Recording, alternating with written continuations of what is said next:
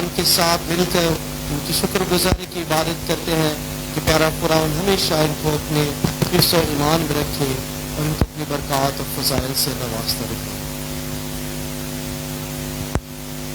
ہم اپنے گناہ گار ہونے کا اقرار کریں تاکہ ہم لائق اور واجب طور پہ اس عبادت میں شریک ہو سکیں۔ قادر مطلق خدا،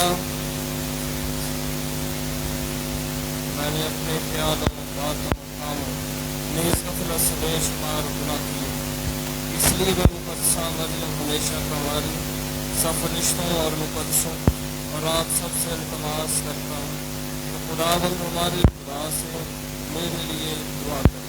قادر مطلق خدا ہم پہ رحم فرمائے، ہمارے گناہوں کو معاف کرے اور ہمیں ہمیشہ کی زندگی میں داخل کرے۔